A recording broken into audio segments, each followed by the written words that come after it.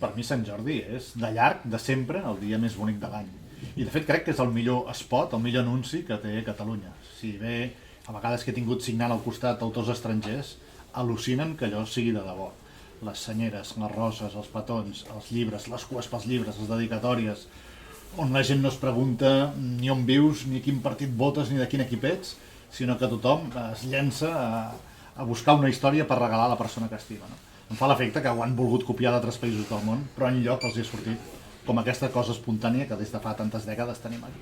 Home, és que Sant Jordi és un orgull de país, però també és un orgull personal, no? És pensar en les persones que estimes, quin llibre els pot agradar segons el seu gust, no segons el teu, sinó segons el que els agrada més i quin gènere i quin tipus de...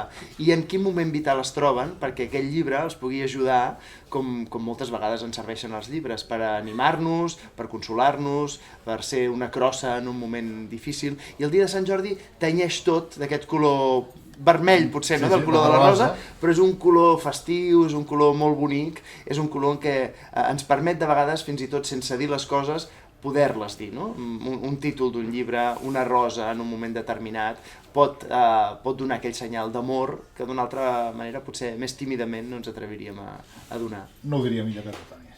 Fantàstic.